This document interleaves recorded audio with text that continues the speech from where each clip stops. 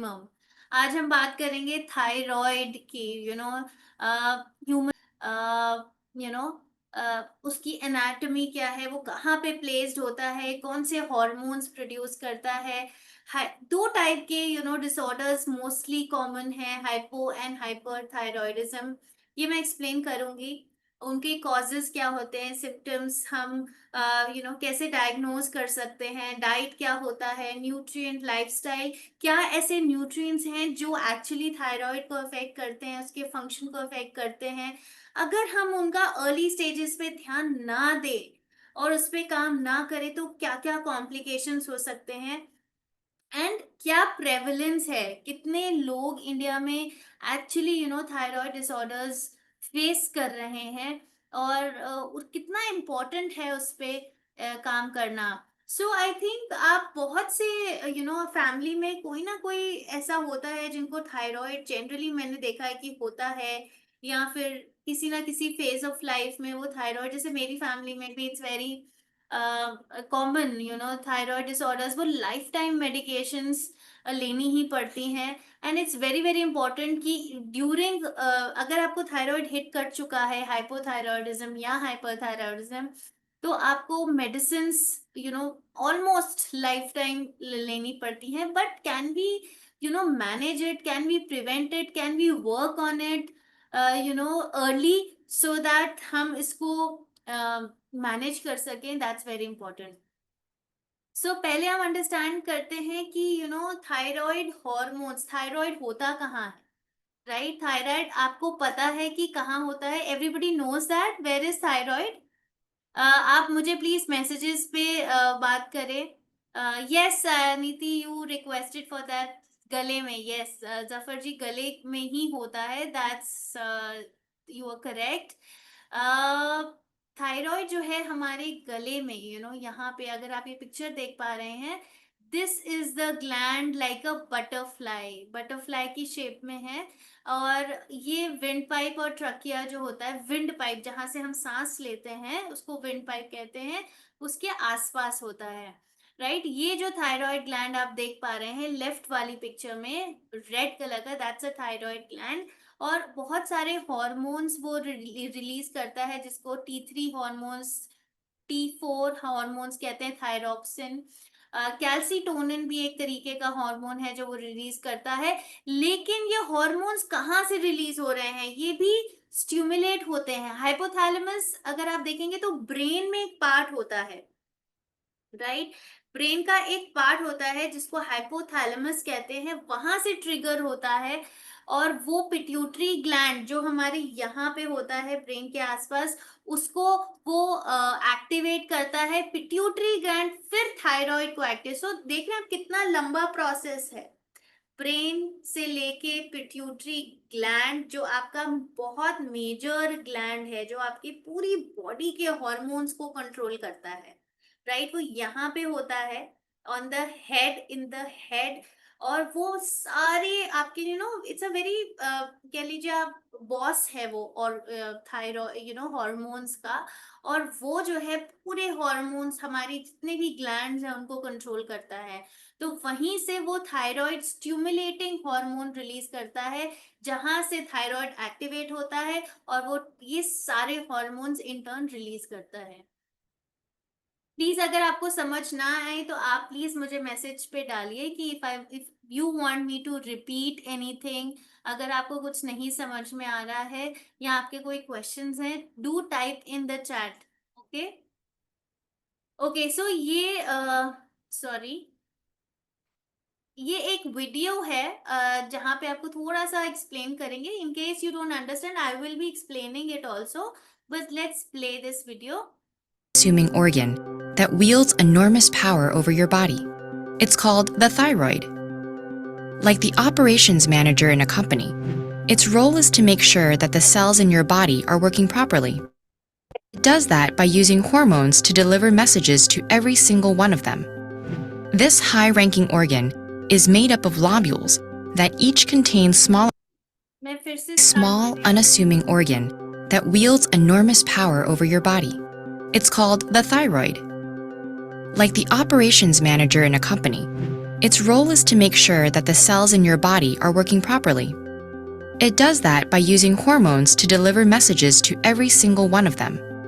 This high-ranking organ is made up of lobules that each contain smaller cells called follicles, which store the hormones the thyroid sends out into your blood. Two of the most important hormones it produces are thyroxine and triiodothyronine, or T3 and T4. As messengers, the hormone's job is to instruct every cell in the body when to consume oxygen and nutrients. That maintains the body's metabolism, the series of reactions our cells perform to provide us with energy. This hormonal notification from the thyroid gets the heart pumping more efficiently and makes our cells break down nutrients faster. When you need more energy, the thyroid helps by sending out hormones to increase metabolism. Ultimately, the thyroid allows our cells to use energy, grow, and reproduce. The thyroid is controlled by the pituitary gland, a hormonal gland deep in the brain that oversees the thyroid's tasks, making sure it knows when to send out its messengers.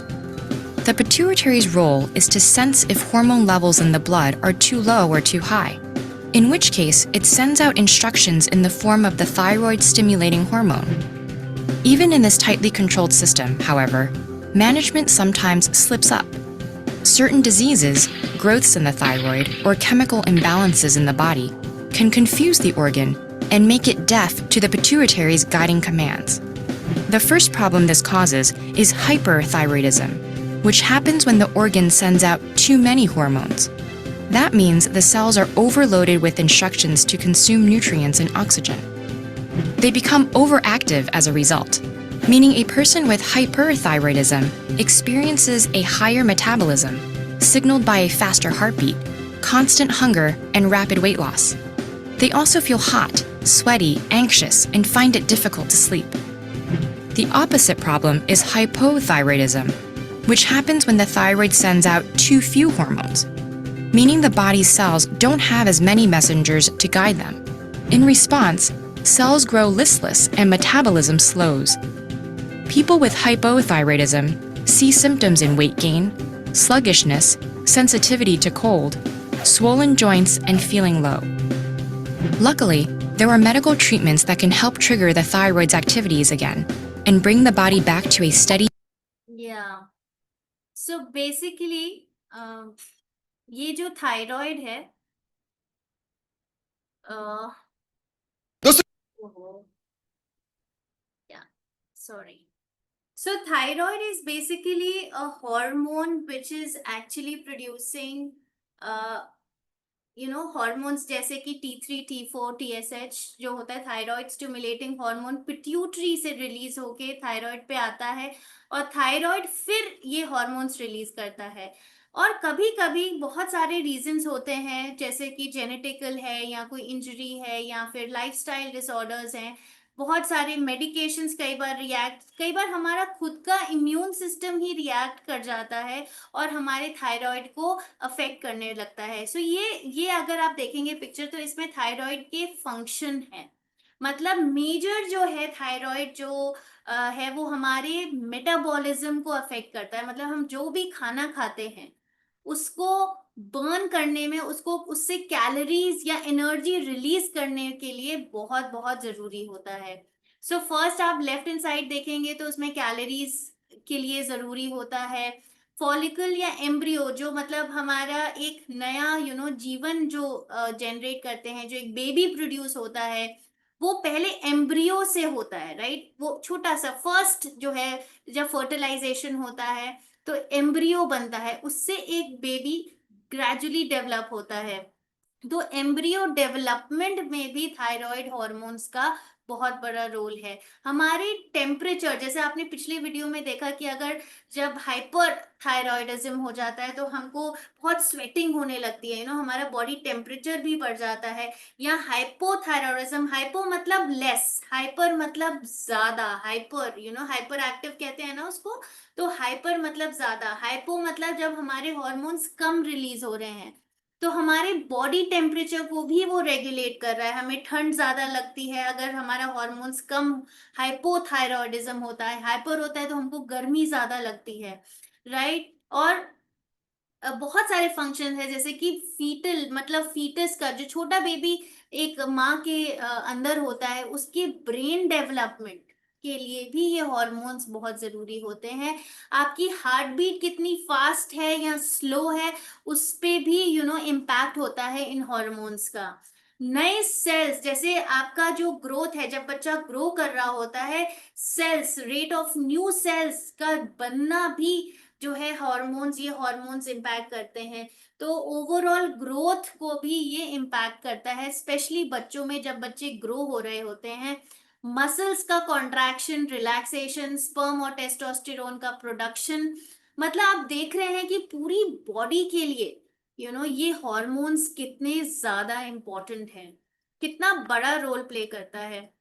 जब ये disbalance होने लगते हैं hormones, hypo मतलब thyroid under active हो गया, मतलब वो उतना एफिशिएंट नहीं है, उतनी एफिशिएंटली वो हॉर्मोन्स नहीं प्रोड्यूस कर पा रहा है जितनी क्वांटिटी में प्रोड्यूस होने चाहिए एक नॉर्मल बॉडी को चलाने के लिए, उतने वो प्रोड्यूस नहीं हो रहे हैं। तब हम उसको हाइपोथायरॉयडिज्म कहते हैं, मतलब अंडर एक्टिव, स्लो कर देता है हमारी बॉडी के मेटाबॉलिज्म को, वो स्लो हो जाता है। हाइपर थायरॉयडिज्म मतलब ओवर एक्टिव, बहुत ज्यादा एक्टिव, बहुत ज्यादा हॉर्मोन्स प्रोड्यूस कर रहा है जो सारे सिस्टम्स को गड़बड़ कर देता है। तो ये डिसबैलेंस है। मेजरली अगर आप देखेंगे तो हमारे जो परसेंटेज है वो हाइपोथायरॉयडिज्म का ज्यादा परसेंटेज है हमारे इंडिया में, या कहीं भी डिसबैलेंस, ज्यादातर थायराइड जो है वो अंडर एक्टिव होता है। सो कॉज क्या है हाइपोथायरॉयडिज्म? हाइपो मतलब कम। So have you understood hypo और हाइपरथायरॉयडिज्म? हाइपो मतलब अंडर एक्टिव, जो आपके हॉर्मोन्स कम प्रोड्यूस हो रहे हैं बॉडी में, राइट। सो नॉर्मल थायराइड में अगर आप देखेंगे, लेफ्ट वाली जो पिक्चर है वो नॉर्मल साइज में है, नॉर्मल शेप में है। जब जब वो हाइपोथायरॉयडिज्म होता है तो उसकी जो शेप है थायराइड की, वो भी बिगड़ जाती है, वो एनलार्ज हो जाती है, इन्फ्लेमेशन हो जाती है उसमें। सो बहुत सारे रीजंस होते हैं। फर्स्ट है ऑटो इम्यून, जिसको हम हाशिमोटो थायराइडिटिस भी कहते हैं, that's a very technical name. लेकिन आप उसको ये समझ सकते हैं कि हमारा जो इम्यून सिस्टम है, जो हमको डिजीजेस से प्रोटेक्ट करता है, वो हमारी ही बॉडी को नुकसान करने लगता है। वो इतना एक्टिव हो जाता है, उसको लगता है कि हमारा जो थायराइड है वो ही हमारा बाहर से है, या वो ही हमारी बॉडी को हार्म करने लगता है। सो वो हमारी ही थायराइड को अटैक करने लगता है। और इसका रीजन एक्चुअली कोई जानता नहीं है कि ऑटो इम्यून डिसऑर्डर्स क्यों होते हैं। जेनेटिकल कुछ जेनेटिक्स में आपके डीएनए में कई बार इशू हो जाता है। दैट्स नॉट नोन कि इसका क्यों क्यों ऐसा हो जाता है, it's just happen sometimes. So auto immune मतलब आपका इम्यून सिस्टम ही आपके थायराइड को अटैक कर रहा है। लैट्रोजेनिक मतलब आपकी कोई भी थायराइड ग्लैंड को कहीं से भी इम्पैक्ट होना, जैसे कि किसी वजह से ऑपरेशन की वजह से हमें थायराइड निकालना पड़ता है ग्लैंड, या फिर बहुत ज्यादा आयोडीन, रेडिएशन से, या रेडियो एक्टिव आयोडीन हम बहुत ज्यादा मात्रा में अगर हम बहुत ज्यादा ले रहे हैं, या कुछ ऐसी मेडिसिन होती हैं जो बहुत ज्यादा आयोडीन या बहुत ज्यादा इम्पैक्ट करती हैं आपके थायराइड को। बहुत सारे एक्सटर्नल एक्सटर्नल फैक्टर्स होते हैं, राइट, जो हमको कई बार नहीं भी पता होते हैं, हमें नहीं समझ में आता है। That's why it's very very important कि आप अपने रेगुलर चेकअप्स कराएं, ताकि हम कुछ फैक्टर्स जो हमें नहीं पता है, right, external factors, internal factors, वो कब हमारे थायराइड को या हमारे ग्लैंड को अफेक्ट करने लगे वो हमें नहीं पता लगता है। या फिर आयोडीन डेफिशिएंसी या एक्सेस, कोई भी हो सकता है, वो आपके फंक्शन को डिस्टर्ब कर सकता है। आयोडीन की डेफिशिएंसी है अगर हमारी बॉडी में, या बहुत ज्यादा आयोडीन भी अगर हमने ले लिया है, तो भी हमारा थायराइड डिस्टर्ब हो जाता है। पिट्यूटरी मतलब आपको मैंने बताया था कि हमारा जो थायराइड है वो पिट्यूटरी से ही रेगुलेट हो रहा है। अगर पिट्यूटरी में ही कुछ डिजीज हो जाती है, या किसी इंजरी की वजह से हमारा पिट्यूटरी ग्लैंड ही डिस्टर्ब हो जाता है, तो फिर हमारा ऑफ कोर्स थायराइड या सारे हॉर्मोन्स भी डिस्टर्ब हो जाएंगे। सो ये हाइपोथायरॉयडिज्म का रीजन है। हाइपर का क्या है? अगेन, जो ग्रेव्स डिजीज कहते हैं वहां पे हाशीमोटोज डिजीज कहते थे, यहाँ ग्रेव्स डिजीज कहते हैं, जहाँ पे आपका खुद की एंटीबॉडीज, खुद का इम्यून सिस्टम आपके थायराइड को हाइपर एक्टिव बना देता है। वहां पे अंडर एक्टिव बना रहा था, यहाँ पे आपके थायराइड को हाइपर एक्टिव बना देता है, जिसको ग्रेव्स डिजीज कहते हैं। या फिर आपके छोटे छोटे नोड्यूल्स, छोटे छोटे गांठें हो जाती हैं आपके थायराइड में। अगर आप लेफ्ट में पिक्चर देखेंगे, ये छोटी सी जो पिक्चर है, ये नोड्यूल्स बनने लगते हैं। इसको हम मल्टी नोड्यूलर गोइटर कहते हैं। और ये नोड्यूल्स की वजह से भी हो सकता है, या फिर थायराइडिटिस मतलब आपकी किसी भी रीजन की वजह से, कोई भी वायरल इन्फेक्शन की वजह से, जो हमें नहीं पता कौन सा virus, but any viral infection जो आपके थायराइड ग्लैंड को अफेक्ट कर जाए। कुछ टाइप के वायरल इन्फेक्शंस होते हैं, कुछ टाइप के वायरस होते हैं जो आपके थायराइड पे इम्पैक्ट करते हैं, आपके थायराइड इन्फ्लेमेशन हो जाता है, जिस वजह से हाइपरथायरॉयडिज्म हो जाता है। और या फिर कोई भी ऐसी एक्सेसिव हम मेडिकेशन, जैसे हम जो थायराइड की मेडिकेशन भी होती है, अगर हम उसकी ओवरडोज ले लें, राइट, या फिर कोई ऐसी मेडिकेशन या कोई कंटामिनेटेड फूड अगर हम ले लें जिसमें आयोडीन का या ऐसे बहुत ज्यादा कंटामिनेशन है, उस वजह से भी हमारा जो है थायराइड हाइपर एक्टिव हो जाता है। देयर आर मल्टीपल रीजंस जो हमको नहीं पता लगता है, जो हम ध्यान भी नहीं देते हैं। इसीलिए जो है बहुत जरूरी है कि आप अपने रेगुलर चेकअप्स कराएं, क्योंकि हमें नहीं पता, बहुत सारे मल्टीपल फैक्टर्स हैं जो हमारे ग्लैंड्स को, हमारी बॉडी को अफेक्ट कर सकते हैं, जो हमें डे टू डे बेसिस पे पता भी नहीं चलेगा, राइट। अब इनका जो है ये कैसे कैसे अफेक्ट करते हैं, अगर आप लेफ्ट साइड देखेंगे तो वो हाइपोथायरॉयडिज्म के बेसिकली कैसा, हाइपोथायरॉयडिज्म आपकी बॉडी को कैसे अफेक्ट कर रहा है, आपका ओवरऑल मेटाबॉलिज्म। मेटाबॉलिज्म स्लो हो जाता है। मेटाबॉलिज्म मतलब आपकी जो बॉडी है एट रेस्ट एनर्जी कंज्यूम कर रही है, राइट। आप सो रहे हैं, आपके सारे ऑर्गन्स आप रेस्ट पे भी हैं तब भी काम कर रहे हैं। जो मिनिमम अमाउंट ऑफ एनर्जी जो आपकी बॉडी में चाहिए होती है, उसको बीएमआर या बेसल मेटाबॉलिक रेट कहते हैं। तो वो स्लो कर देती है, मतलब आपकी जो बॉडी की नॉर्मल एनर्जी कंजम्पशन होनी चाहिए वो कम हो रही है। और अगर वो कम होगी तो एक्स्ट्रा एनर्जी कहाँ डिपॉजिट होगी, आपकी बॉडी में एज अ फैट डिपॉजिट होने लगेगी, तो वेट गेन होने लगेगा आपका, क्योंकि आपकी बॉडी नॉर्मल से लेस एनर्जी कंज्यूम कर रही है, राइट। उतनी आप स्लगिश फील करेंगे, आपको डिप्रेशन होगा, एंजाइटी इश्यूज हो सकते हैं, कॉन्स्टिपेशन इश्यूज हो सकते हैं, आपका बॉडी टेम्परेचर कम हो सकता है। हाइपो मतलब कम, राइट। तो आपको ठंड महसूस ज्यादा लगेगी, आपके स्किन, हेयर, नेल्स ड्राई होने लगेंगे। और हाइपरथायरॉयडिज्म में आपका मेटाबॉलिज्म जो है वो नॉर्मल से भी ज्यादा स्पीड अप हो जाता है। अगर ज्यादा एनर्जी कंज्यूम करने लगेगा आपका बॉडी, तो आपका वेट लॉस होने लगेगा, राइट। कई बार कहते हैं कि इसको तो थायराइड है, लेकिन ज्यादातर लोगों को सुना है कि उसका वेट गेन होता है, इसका तो वेट लॉस हो रहा है। लेकिन थायराइडिज्म में भी फर्क होता है, एक अंडर एक्टिव, एक ओवर एक्टिव। तो आपको स्लीप में प्रॉब्लम होगी, जब आपका मेटाबॉलिज्म इतना एक्टिव हो जाएगा तो आपको स्लीप में भी इश्यूज होंगे। जहां पे कॉन्स्टिपेशन हो रहा था, वो हाइपरथायरॉयडिज्म में क्या हो जाएगा, लूज स्टूल्स आपको आने लगेंगे। जहां आपको कोल्ड लग रहा था हाइपोथायरॉयडिज्म में, आपको ज्यादा स्वेटिंग होगी, ज्यादा गर्मी होगी, राइट। एंजाइटी, नर्वसनेस, इरिटेबिलिटी, ये आपको ज्यादा गुस्सा आना, ज्यादा चिड़चिड़ापन होना, ये ज्यादा आपका बढ़ जाएगा। ऐसा नहीं है कि एक भी कोई सिम्टम आ रहा है तो आपको थायराइड है, ये मल्टीपल सिम्टम्स होते हैं। बहुत सारे सिम्टम्स आप बहुत सारी चीजों के से मिलते जुलते भी हैं, लेकिन आप जब अप्रोप्रिएट टेस्ट करवाते हैं तभी आपको पता लगता है कि ये थायराइड इशू है या फिर कोई और इशू है, राइट। हाइपोथायरॉयडिज्म के बहुत सारे सिम्टम्स है, जैसे मैंने आपको पहले बताया।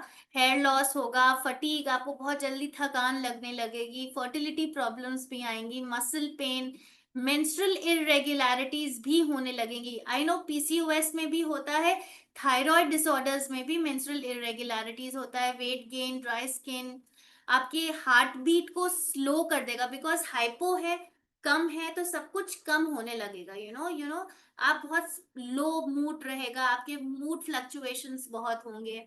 हाइपरथायरॉयडिज्म में वैसे आपका एंजाइटी, स्लीपिंग, हार्ट पैल्पिटेशंस बढ़ जाएंगे, समटाइम्स ये एक्सट्रीम केसेस पे हैं। These symptoms can vary, person to person भी वेरी कर सकते हैं। हो सकता है इसमें जिनको थायराइड है, हाइपरथायरॉयडिज्म है, उनको सारे सिम्टम्स ना हो, बट इनमें से 4 या 5 सिम्टम्स निकल के आए। यू माइट बी फीलिंग 4 और 5 सिम्टम्स, सारे सिम्टम्स हर किसी के साथ नहीं होते हैं। इट डिपेंड्स आपका कितना लेवल ऑफ हाइपरथायरॉयडिज्म है, कितना लेवल ऑफ हाइपोथायरॉयडिज्म है, उस पे भी डिपेंड करता है। राइट, सो बहुत सारे सिम्टम्स, मल्टीपल सिम्टम्स हो सकते हैं, बट ऐसा नहीं है कि आपको सारे सिम्टम्स होंगे। पर्सन टू पर्सन भी वो वेरी कर सकते हैं। अगर हम थायराइड को ट्रीट नहीं करते हैं, लॉन्ग टर्म उसको इग्नोर करते रहते हैं, या उसको वो कॉम्प्लिकेशंस में डेवलप हो जाता है। अगर हाइपोथायरॉयडिज्म कॉम्प्लिकेट हो गया, आपने सही टाइम पे ट्रीटमेंट नहीं लिया, आपने सही टाइम पे अपने थायराइड लेवल्स को या हार्मोनल लेवल्स को बैलेंस या मैनेज नहीं किया, तो वो आपके हार्ट डिसऑर्डर्स, हार्ट की प्रॉब्लम्स भी हो सकती हैं। आपके लिपिड जो कंटेंट है, आपके कोलेस्ट्रॉल लेवल्स बढ़ सकते हैं, इनफर्टिलिटी हो सकता है, आपके मेंटल डिक्लाइन भी हो सकता है ग्रेजुअली। और अगर हाइपरथायरॉयडिज्म बढ़ गया, लेफ्ट वाली बात कर रही हूँ, ऑरेंज वाले बॉक्स की, तो हार्ट का रिदम डिसऑर्डर, मतलब जैसे हार्ट की रिदम रिदम होती है ना, पल्स होती है, डॉक्टर्स चेक करते हैं पल्स को, कितना रिदम है, कितना एक बार में 1 मिनट में धड़क रहा है दिल, वो भी, उसका भी डिसऑर्डर होता है। हार्ट फेलियर हो सकता है, ऑस्टियोपोरोसिस भी हो सकता है। मतलब आप, थायराइड स्टॉर्म, मतलब इतना ज्यादा हॉर्मोन्स हमारी बॉडी में कई बार बढ़ सकता है कि वो लाइफ थ्रेटनिंग भी हो सकता है अगर हमने उस पे काम नहीं किया। राइट, सो राइट साइड में अगर आप देखेंगे, ये इमरजेंसी केसेस हैं, ये तो कॉम्प्लिकेशंस थे, ये इमरजेंसी है, जहां पे एक्सट्रीम थायराइड हो जाता है और वो डायरेक्टली जो है आपके हार्ट को, आपके कंफ्यूजन, मेंटल कंफ्यूजन होगा, ये मेडिकल इमरजेंसी है। और कोमा में भी बहुत लोग जा सकते हैं when it is untreated, long term complications अगर ये होते हैं। सो प्लीज आप डरिए मत, these are very very very complicated issues. जब हम उसको बहुत लॉन्ग टर्म अनट्रीटेड रखते हैं, या अगर हम ध्यान नहीं देते, रेगुलर मेडिसिन नहीं लेते हैं, तो ये कॉम्प्लिकेशंस या इमरजेंसी स्टेट्स आ सकते हैं। सो that is why it's very important कि आप अपने लेवल्स को वेरी वेरी रेगुलरली चेक कराएं। रिस्क फैक्टर्स, अच्छा, थायराइड होने का रिस्क कौन कौन सा हो, किनको किनको होता है? राइट, फीमेल्स में ज्यादातर देखा गया है 5 to 8 times more females are likely to have thyroid disorders. Family history में अगर आपके थायराइड डिसऑर्डर है तो वो भी अकरेंस उसका मोर लाइकली हो जाता है आपको। या अगर कोई मेडिकेशन अगर आप ले रहे हैं जिसमें हाई आयोडीन है, बहुत ज्यादा आयोडीन कंटेंट है, अगर वो आप लॉन्ग टर्म रहते हैं, लेते हैं, अनरेगुलेटेड लेते हैं, सुपरविजन के अंडर नहीं लेते हैं, तो भी कोई भी मेडिकेशन अगर आप ले रहे हैं, प्लीज सुपरविजन में ही लीजिए, कोई स्पेसिफिक मेडिकेशन है तो। राइट, अगर कोई डोसेज स्पेसिफिक बोली गई है तो आप उतना ही डोसेज लें, उससे ज्यादा या उससे कम अपने आप से ना करें। राइट, जहाँ ऐसे कुछ एरियाज होते हैं, बहुत ही एरियाज जहाँ पे आयोडाइज्ड सॉल्ट नहीं मिल पाता। राइट, हमें तो generally we get iodised salt, so use iodised salt only. और आयोडीन डेफिशिएंसी भी नहीं होनी चाहिए हमारी बॉडी में। या फिर आप 60 के प्लस हैं, specially if you are female, because वहां पे हमारे हार्मोनल डिसबैलेंस होने लगते हैं, तो भी थायराइड का रिस्क फैक्टर बढ़ जाता है। या फिर रिसेंटली आपने कोई रेडिएशन थेरेपी ली है तो भी जो है रिस्क फैक्टर्स थायराइड होने का बढ़ जाता है। अच्छा, कौन से ऐसे न्यूट्रिएंट्स हैं जो, this is, we are talking about thyroid, उनके फंक्शन, उसका फंक्शन क्या है, हॉर्मोन्स, बट आपको क्या पता है न्यूट्रिएंट्स जो हैं वो भी बहुत ज्यादा हेल्पफुल हैं, बहुत इम्पैक्ट करते हैं थायराइड फंक्शन को। जैसे आयोडीन, ऑफ कोर्स ये सबको पता है कि आयोडीन की डेफिशिएंसी या एक्सेस होने से हमारे हाइपो या हाइपरथायरॉयडिज्म हो सकता है। सेलेनियम बहुत इंपॉर्टेंट है। थायराइड, T4 जो थायराइड थायरॉक्सिन होता है, उसको T3 में कन्वर्ट होना होता है। ताकि वो आपकी बॉडी में काम कर सके, आपके सेल्स तक जा सके, आपके सेल्स पे जाके आपके सेल को सपोर्ट कर सके, राइट। सो उसका कन्वर्जन के लिए सेलेनियम बहुत इंपॉर्टेंट है। तो हम लोग ध्यान ही नहीं देते हैं कि हम कितना सेलेनियम ले रहे हैं, क्या हम उसकी पूरी डोसेज ले रहे हैं, जितना रिक्वायरमेंट है क्या उतना सेलेनियम जा रहा है। बहुत सारे न्यूट्रिएंट्स जो है थायराइड के फंक्शन, जो नॉर्मल थायराइड ग्लैंड होता है उसके फंक्शन, नॉर्मल फंक्शन के लिए भी iron, zinc, vitamin D, vitamin A, B 12, magnesium, ये सारे न्यूट्रिएंट्स जो हैं थायराइड के नॉर्मल फंक्शनिंग के लिए बहुत बहुत जरूरी होते हैं, हार्मोन प्रोडक्शन के लिए बहुत जरूरी होते हैं। ओमेगा 3 फैटी एसिड जो है, अगर कोई इन्फ्लेमेशन है हमारी बॉडी में, उसको कम करने में और हमारे इम्यून सिस्टम को मॉड्यूलेट करने में बहुत हेल्प करता है। फाइबर और प्रोटीन, जब आपका एक्सेसिव वेट हो जाता है, specially in cases of hypothyroidism, तब जो है फाइबर, गुड फाइबर कंटेंट जो 25 gram minimum, 25 to 30 grams per day, और प्रोटीन, आइडियल प्रोटीन जो आपकी बॉडी के लिए, आपकी बॉडी के जो है अकॉर्डिंगली जो कंज्यूम करना होता है, वो आपके वेट को मैनेज करने में हेल्प करता है। So there are lot of nutrients, आप देख सकते हैं कि हमें लगता है ये हार्मोनल इशू है, लेकिन I know that's a hormonal issue, लेकिन उसको बैलेंस करने के लिए, उसके नॉर्मल फंक्शनिंग के लिए, इन्फ्लेमेशन को कम करने के लिए, ये हमारे न्यूट्रिएंट्स बहुत बहुत जरूरी होते हैं।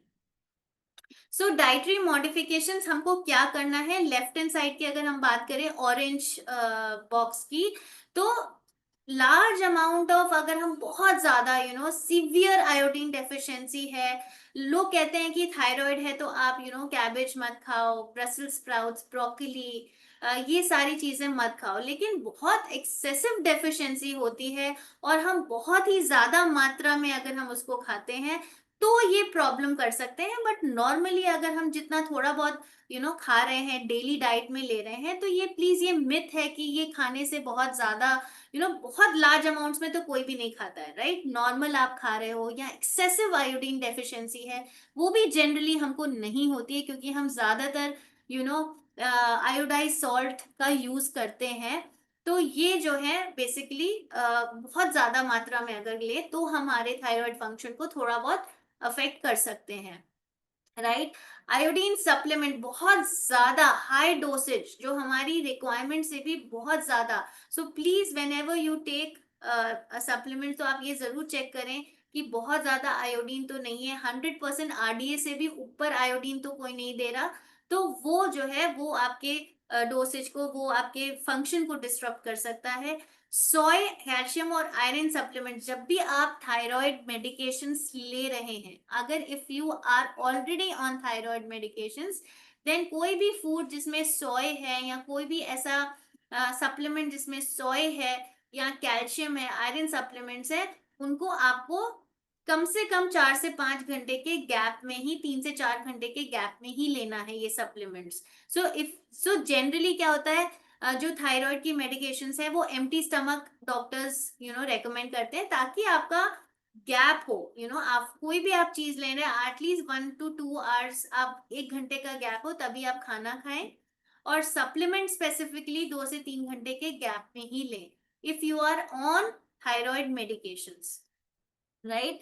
फूड्स टू इंक्लूड, फर्स्टली हमें ऐसा फूड इंक्लूड करना है, ऐसे न्यूट्रिएंट्स इंक्लूड करने हैं जो हमारे थायराइड फंक्शन को सपोर्ट कर सकें, जो मैंने आपको न्यूट्रिएंट्स पहले बताए थे। और अपना बॉडी वेट को मेंटेन करना है बोथ केसेस में। अगर आपका वेट लॉस हो रहा है तो हमें नॉर्मल बॉडी वेट तक आना है, अगर वेट गेन हो रहा है तो हमको फिर भी नॉर्मल बॉडी वेट पे आना है। Try doing that with overall lifestyle, food, exercise. Symptoms को हमें रिड्यूस करना है। सिम्टम्स हम कैसे रिड्यूस कर सकते हैं, जब हम इन न्यूट्रिएंट्स को, इस डाइट को, फिजिकल एक्टिविटी को अगर हम इंक्लूड करेंगे, तो हम सिम्टम्स को, उसकी एफिशिएंसी, उसको बेसिकली उसको इंटेंसिटी को कम कर सकते हैं। न्यूट्रिएंट डेफिशिएंसीज को हमें रिड्यूस करना है। हमारी बॉडी में जितनी ज्यादा न्यूट्रिएंट डेफिशिएंसीज होंगी वो सिम्टम्स को बढ़ा देंगी, right. Excess of caffeine, alcohol नहीं लेना है, क्योंकि ये हमारे न्यूट्रिएंट अब्जॉर्प्शन को रोकते हैं। अगर आप न्यूट्रिएंट्स ले भी रहे हैं, अच्छा खाना भी ले रहे हैं, लेकिन अगर एक्सेस ऑफ, आप 2 से 3 कप दिन में चाय या कॉफी ले सकते हैं। लेकिन ये डिपेंड करता है कि आप कोई और कैफीन रिच फूड तो नहीं ले रहे हैं, बहुत ज्यादा चॉकलेट भी ले रहे हैं, बहुत ज्यादा चाय कॉफी भी ले रहे हैं, कोल्ड ड्रिंक्स भी ले रहे हैं, तो एक्सेस कैफीन हो जाता है या एक्सेस ऑफ अल्कोहल। ग्लूटेन और लैक्टोज, कई बार क्या होता है कि थायराइड के केसेस में बहुत से लोगों को ग्लूटेन, मतलब जो आपके वीट में प्रोटीन पाया जाता है, वीट या वीट से बना कोई भी प्रोडक्ट, वीट है, दलिया है, सूजी है, मैदा है, इन सब में ग्लूटेन होता है। कई बार डाइटिशियंस क्या करती हैं, अगर उनको सूट नहीं हो रहा है या कुछ प्रॉब्लम ज्यादा हो रही है, तो हम लोग ग्रेजुअली ग्लूटेन को उनकी डाइट से एलिमिनेट करते हैं, लैक्टोज को भी एलिमिनेट करते हैं। तो इससे क्या होता है कि हमारी बॉडी में जो इन्फ्लेमेशन है, ये इन्फ्लेमेशन भी प्रोड्यूस करते हैं ये ग्लूटेन और lactose, specially in these hormonal issues. तो हम उनको ग्रेजुअली कम करके देखते हैं, क्या हमें उससे बेटर फील हो रहा है। You can also do it, अगर आपको लगता है कि मेरा थायराइड मैनेज नहीं हो पा रहा है, या मेरा बहुत ज्यादा मुझे इश्यूज आ रहे हैं, तो ग्रेजुअली 1 हफ्ते तक आप ग्लूटेन, आप ज्यादा मिलेट्स खाएं, जवार, रागी, बाजरा, rice is also gluten free, ये आप इंक्लूड करके देखें, तो हो सकता है आपके कंडीशंस में बेटर सुधार हो सके। लैक्टोज मतलब आपका मिल्क में जो शुगर होता है, मिल्क एंड मिल्क प्रोडक्ट्स आपको अवॉइड करने पड़ते हैं in cases. So that is defined by your dietitian या by your health care practitioner, कि आपको इसकी जरूरत है या नहीं है। लाइफस्टाइल चेंजेस में क्या करना है, regular exercise, weight bearing, again हमारा जो थायराइड है वो कैल्सीटोनिन नाम का हार्मोन भी रिलीज करता है, जो T3 और T4 के अलावा जो आपके बोन्स के लिए बहुत जरूरी है, कैल्शियम फॉस्फेट रेगुलेशन के लिए बहुत जरूरी है। तो आप जब वेट बेरिंग एक्सरसाइजेस करते हैं और आप अपनी न्यूट्रिएंट डेफिशिएंसीज पे काम करते हैं, तो आपका जो है बोन हेल्थ स्ट्रांग होती है, राइट। वेट बेरिंग एक्सरसाइजेस आपको सिम्टम, जो आपके जो सिम्टम्स हैं उसको रिड्यूस करने में बहुत हेल्पफुल होती है, राइट। स्ट्रेस रिडक्शन में, क्योंकि हमें हाइपोथायरॉयडिज्म या हाइपरथायरॉयडिज्म में स्ट्रेस, एंजाइटी, डिप्रेशन के भी सिम्टम्स आते हैं, तो regular exercises also help reducing those symptoms, right. आप अपनी मेडिकेशन जो भी ले रहे हैं, प्लीज उसको स्टॉप नहीं करना है until and unless your doctor tells you, right. और अपना मॉनिटरिंग, रूटीन मॉनिटरिंग जो है, that is very very important, specially in pregnancy या एल्डरली, या फिर मैंने आपको रिस्क फैक्टर्स बताए थे, अगर आपकी न्यूट्रिएंट डेफिशिएंसीज हैं या फिर आपके हिस्ट्री में है, दीज काइंड ऑफ इश्यूज अगर हैं, तो please regular monitoring is very very important. Smoking also जो है वो ग्रेव्स डिजीज, जो कि हाइपरथायरॉयडिज्म है, उसको जो है बेसिकली ऑर्बिटोपैथी, मतलब अगर आप बहुत ज्यादा स्मोकिंग करेंगे, तो आपकी आईज के अराउंड जो टिश्यूज हैं वो अफेक्ट होने लगते हैं in thyroid. So smoking, please don't do smoking at all, try to take help, take expert help, क्योंकि आप अपने से छोड़ना अल्कोहल या फिर smoking is very very difficult, I understand, but अगर हमको अपने आप को हेल्दी रखना है, so we always try to take an expert help. Okay, prevalence जो है इंडिया में क्या है, प्रेवलेंस अगर आप देखेंगे तो 5 to 10% ग्लोबली, वर्ल्ड वाइड इसकी प्रेवलेंस है हाशिमोटोस, मतलब जो आपका इम्यून सिस्टम ही आपके थायराइड को अफेक्ट करता है। 42 million people in India suffer from thyroid diseases, and अगर आप देखेंगे 1 in 10 adults, अगर 10 में से एक लोग जो है उनको हाइपोथायरॉयडिज्म है, ये 2014 में ही स्टडी हुई थी, उसके बेसिस पे ये रिजल्ट्स देखे गए हैं। सो प्लीज, समटाइम्स जो होते हैं, समटाइम्स क्या होता है, सिम्टम्स विजिबल नहीं होते हैं, राइट। हमें लगता है कि हमें नहीं हो, या 2-3 सिम्टम्स ही होते हैं जो हमें लगता है कि नहीं, हमें मसल एक ही तो हो रहा है, हमें बोन में दर्द ही तो हो रहा है, हमें एंजाइटी हो रहा है क्योंकि मुझे बहुत स्ट्रेस है। But there can be a reason behind anxiety levels, reason behind your muscle aches, bone aches, right? So please get it checked. So now I will tell you about Usana products, जो आप इसके management के लिए, thyroid management के लिए आप use कर सकते हैं, जो आपको सपोर्ट कर सकते हैं। First is of course core essentials, because इसमें सारे वो वाइटल वाइटामिन्स मिनरल्स हैं जो आपके ओवरऑल हेल्थ के लिए, आपके थायराइड फंक्शनिंग के लिए, ये सारे न्यूट्रिएंट्स जो मैंने आपको पहले बताए थे वो सारे कोर एसेंशियल्स में हैं। So it's a multi vitamin, multi mineral और एंटीऑक्सीडेंट भी, जो आपके सेल्स को हार्मफुल रेडिकल से या हार्मफुल जो बाहर के सब्सटेंस होते हैं वो आपको बचाता है, राइट। सो इसमें सारे विटामिन हैं, अगर आप देखेंगे A B C D E K, जो आपके थायराइड के फंक्शन के लिए भी बहुत इंपॉर्टेंट है। कैल्शियम, जिंक, सेलेनियम भी है इसमें, which is very very important nutrient for your normal thyroid functioning. Antioxidants है इसमें, प्लांट बेस्ड एंटीऑक्सीडेंट्स हैं, right. Are you able to now related कि हमें क्यों वाइटामिन मिनरल्स की जरूरत होती है, and that too in good quantity. अगर आप ये डेफिशिएंसी होंगे तो आपकी इंटरनल जो ऑर्गन्स हैं वो भी इम्पैक्ट होंगे, राइट। बाय ओमेगा, जैसे मैंने आपको बताया था, ओमेगा 3 फैटी एसिड जो है वो बहुत इंपॉर्टेंट होते हैं आपकी ओवरऑल इन्फ्लेमेशन को रिड्यूस करने के लिए। सो ओमेगा 3 फैटी एसिड्स आपके हर सेल का पार्ट है, राइट, मेम्ब्रेन का पार्ट है, आपके सेल्स को फ्लेक्सिबल बनाते हैं, आपके कितना न्यूट्रिएंट्स आना चाहिए, कितना बाहर जाना चाहिए।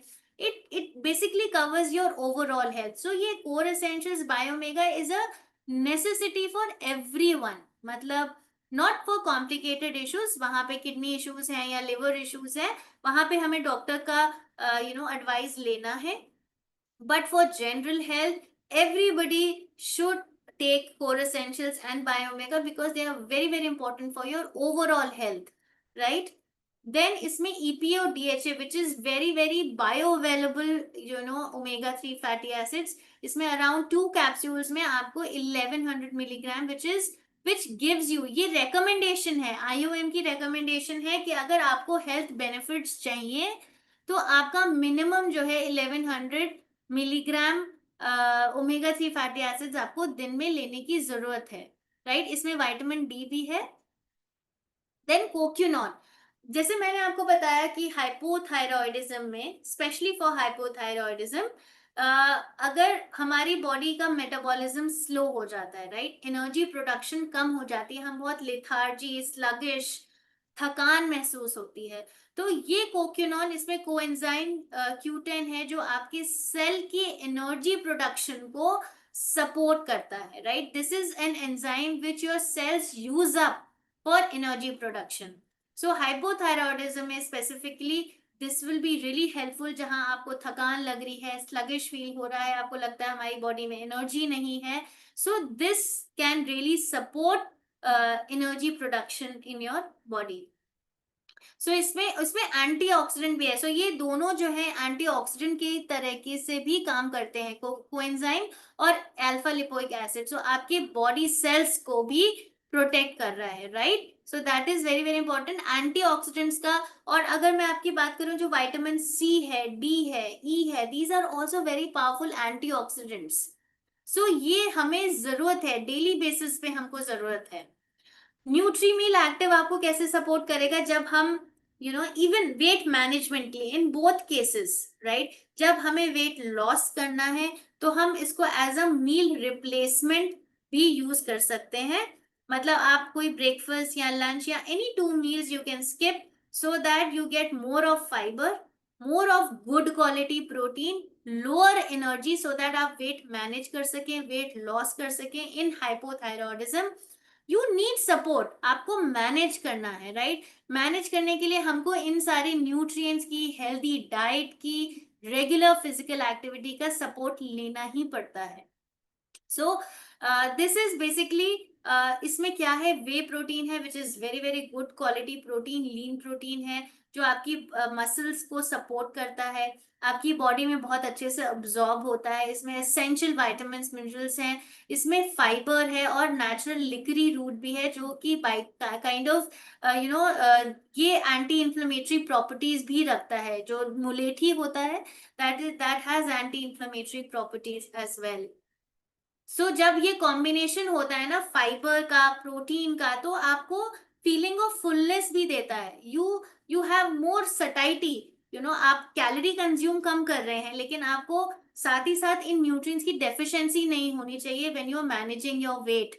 और जब हम वेट गेन करना चाह रहे हैं, तो आप एज अ स्नैक ले सकते हो, राइट? आपको स्किप करने की जरूरत नहीं है, but you need good quality protein, you need these vitamin and minerals, so that आप वेट गेन कर सकें, राइट? आपकी एनर्जी लेवल्स अच्छे हो सकें। So in both the cases, for hyperthyroidism जहां आपका वेट लॉस हो रहा है, आप as a snack, as a mid meal snack, as an evening snack इसको ले सकते हैं।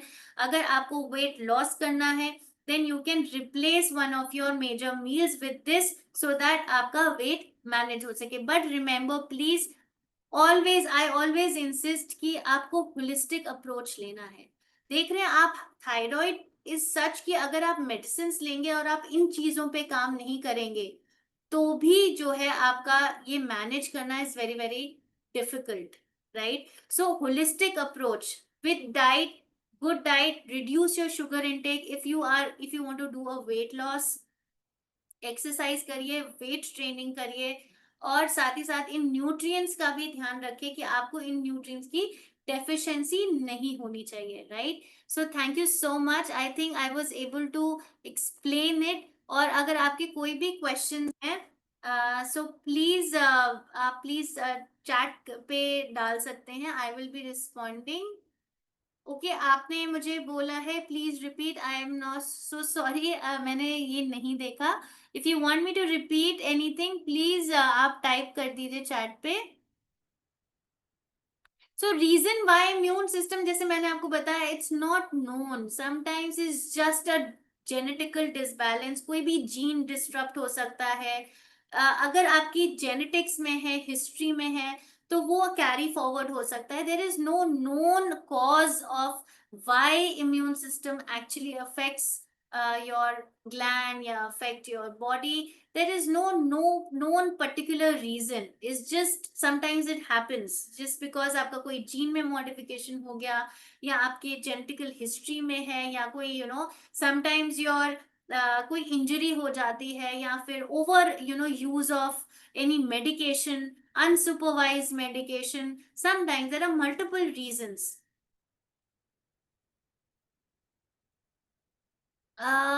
नीति, आप बिल्कुल ले सकते हैं। आपको जी, ये सारे जो न्यूट्रिएंट्स जो मैंने आपको प्रोडक्ट्स बताए, आप बिल्कुल ले सकती हैं। आपको हाइपोथायरॉयडिज्म है, आपका वेट गेन है, या फिर hyper, have you got it checked? So that is very very important. और कोई क्वेश्चंस? आई थिंक मोस्टली तो मेरे पास ज्यादा क्वेश्चंस नहीं है, but in case if you want to है, मैं और I will be there.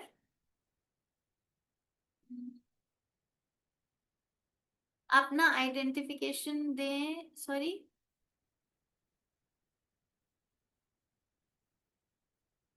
Okay, I am a nutritionist, मैं यूसाना के साथ हूँ सिंस ऑलमोस्ट 4 मंथ से, बट मेरा एक्सपीरियंस है almost more than 11 years। I have done my masters in food and nutrition, research किया है मैंने, और मेरा around I spent 4 years my in my graduation honors, and then I spent 3 years in my master's research। और मैंने बहुत सारे hospital, I started my career with hospitals, clinics, then I also work for Nestle and HUL। Research centre में मैंने काम किया है HUL के, जहाँ पे I work intensively on products, कि वो कैसे बनते हैं, उनके इंग्रेडिएंट्स क्या है, उनके पीछे साइंस क्या है, हम scientific substantiation. So I am here with Usana because Usana is also a science backed company, and my passion is always toward science. Science जहाँ पे है तो वो मुझे अट्रैक्ट करता है। So everything which I am talking to you, which I am presenting to you, it's backed by science. मैंने कोई भी content, you know I pick it from scientific journals, या फिर साइंटिफिक जो बुक्स हैं, या फिर कोई क्लिनिक से, या डॉक्टर्स से recommended हैं। सो that is what I do. I hope that is what you meant. Okay. Mm, so with supplements दोनों के लिए ही, हाइपर एंड हाइपोथायरॉयडिज्म दोनों के लिए ही, जैसे मैंने आपको बताया, ये सारे न्यूट्रिएंट्स दोनों के लिए ही बहुत जरूरी है। सो ओवरऑल थायराइड के नॉर्मल फंक्शनिंग के लिए ये सारे सप्लीमेंट्स वर्क करेंगे, but of course you need to work on your overall diet, lifestyle, that is very very important. Hypothyroidism के लिए डाइट यही होता है कि आपको कैलोरीज कम करनी है। You need to skip sugar. Sugar मतलब आप कोई भी फॉर्म शुगर, चाहे वो हनी है, जैगरी है, you need to reduce that. आपको वेजिटेबल इनटेक ज्यादा करना है। फ्रूट आपको एक ही लेना है दिन में, which is 100 grams a day. Always try to include good protein in every meal, मतलब आपके ऐसे एटलीस्ट 2 से 3 मील्स में आपके प्रोटीन होना चाहिए। सैलेड होना चाहिए, वेजिटेबल्स होना चाहिए, फ्रूट आपको एक ही लेना है। सो प्रोटीन एज इन, आप जैसे सुबह नाश्ता लेते हैं, आप दाल का पराठा, जैसे सूखा पराठा लीजिए, उस पर आप थोड़ा सा घी या बटर लगाइए, तो आप दाल ले रहे हैं, combine dal is protein, right. Paratha is serial, आप उसमें वेजिटेबल्स डालते हैं तो वो वेजीज हो गए। आप पोहा लेते हैं, तो पोहा में आप लो फैट पनीर डालिए, या एक बोल साथ में स्प्राउट्स का लीजिए स्टीम करके, या बॉइल्ड चना लीजिए। सो एग ले सकते हैं आप साथ में, boiled egg, 1 egg. So combine protein vegetables in every meal. Okay, that is very important. आपको स्मॉल एंड फ्रीक्वेंट मील्स लेने हैं हाइपोथायरॉयडिज्म में, एक्सरसाइज करनी है, और ज्यादा से ज्यादा गुड क्वालिटी प्रोटीन। आप प्रोटीन पे अगर ले रहे हैं चिकन, पनीर, तो उसको हाई फैट मत लीजिए, लेस ऑयल में कुक करिए, और उसको आप ग्रिल्ड या फिर सॉटेड ऐसे फॉर्म्स में लीजिए, बॉइल्ड फॉर्म्स में लीजिए, so that you don't take too much of fat with protein. Okay, Vikas ji कह रहे हैं hypothyroid in pregnancy medication started, Proflavanol आप ले सकते हैं। बट ये जो बायोमेगा अगर प्रेगनेंसी में है, सो प्लीज डॉक्टर्स को पता होना चाहिए, जो भी वो डॉक्टर कंसल्ट कर रही हैं, कि ये सप्लीमेंट्स वो ले रही हैं। So always under guidance of the doctor in such cases. I know weight gain हो रहा है, स्ट्रेस होता है, थायराइड की वजह से भी हमको स्ट्रेस होता है, but you need to figure out, नीति, that how you actually work on your stress levels. Go out, आप एक्सरसाइज जितना अच्छा करेंगे, वेट ट्रेनिंग जितना अच्छा करेंगे, आपके स्ट्रेस लेवल्स भी कम होंगे, आप इसको अच्छे से मैनेज कर पाएंगे, राइट। नो, आप ले सकते हैं, if so babies 15 days breastfeeding is not restricted in thyroid, you know, you should, that can be taken, and if doctor has already, आप डॉक्टर से भी चेक कर सकते हैं, बट जिनको थायराइड है वो, और बहुत सी ऐसी मेडिसिन हैं जो मिल्क में नहीं जाती हैं, right, but you can always check with your doctor. I think breast feeding is not restricted if the person has thyroid, but please check with your doctor also. खाना आप आधे घंटे के बाद खा सकते हैं, मैं सप्लीमेंट्स की बात कर रही हूँ। अगर आप सुबह मेडिसिन लेते हैं तो सप्लीमेंट्स कोई भी आप ले रहे हैं तो 2 से 3 घंटे का गैप होना चाहिए। अगर आप मेडिसिन ले रहे हैं तो उसके आधा पौन घंटे के बाद आप खाना खा सकते हैं। Because core essentials biomega medicine is under supervision. I'm asking for milk for mother. Breastfeeding is okay. Yes, breastfeeding is fine. Breastfeeding में कोई प्रॉब्लम नहीं है, अगर आप core essentials और biomega ले रहे हैं या medicine भी ले रहे हैं under supervision, then breastfeeding is completely okay, right? The child needs it. Even the mother needs it. Mother को भी breastfeeding से बहुत benefit होता है।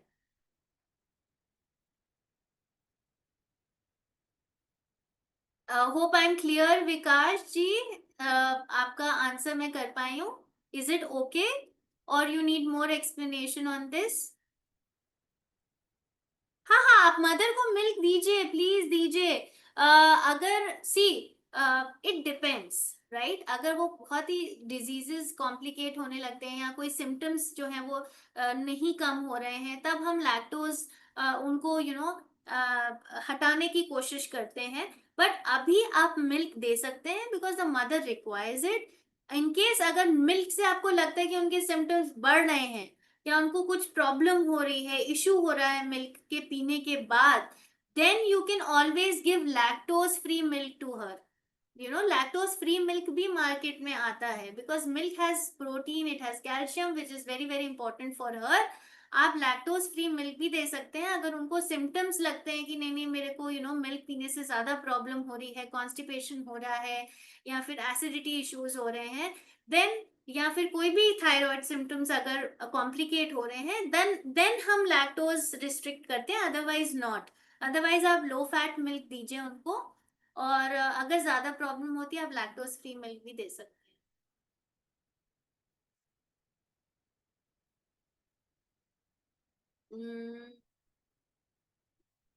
ओके, आई थिंक मैंने मोस्टली क्वेश्चंस आंसर कर दिए हैं।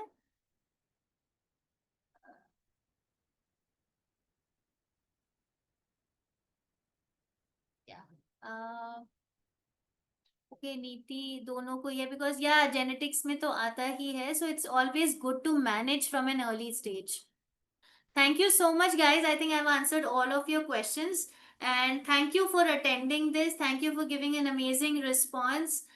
See you again. Thank you so much. Bye. Thank you. Thank you, guys. Thank you so much.